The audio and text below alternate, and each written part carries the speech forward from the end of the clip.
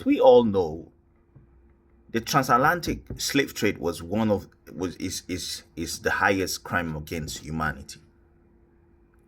And the Ghanaian president took this to the United Nations. 123 countries voted.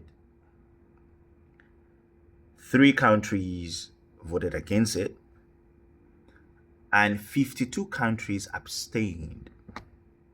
Now, those 3 countries that voted against it, we know, obviously. Israel is obvious, United Nations, and Argentina. Over the years, I've always talked about these. I mean, especially some of us that watch football. I don't know, some people call it soccer. You guys with the Messi and all those things.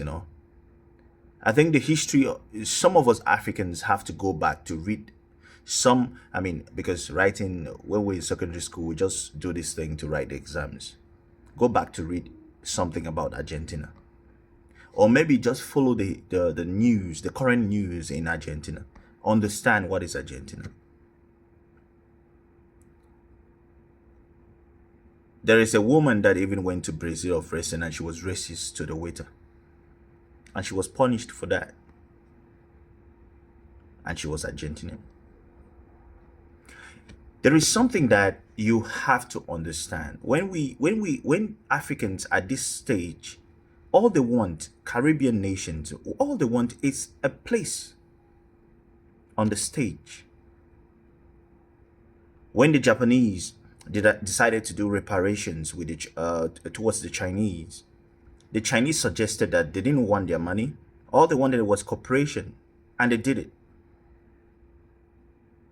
When the United Nations, when the United States, decided to pay reparations to Israel, it was nothing. But why is it so difficult to pay reparations or to even admit that slave trade was the greatest crime against humanity? Okay, maybe the problem is we are saying to Africans, okay, can you just admit that slave trade was bad? Oh, because the problem is Africans saying it. But most of the countries that abstaining from something doesn't mean that he didn't say no. It means he said no, which means all the European countries that said abstained means you said yes. But still yet, you hate Africans in your countries. Why don't you find a way for them to settle back in their countries and their countries to be okay, so they don't come to your countries and disturb?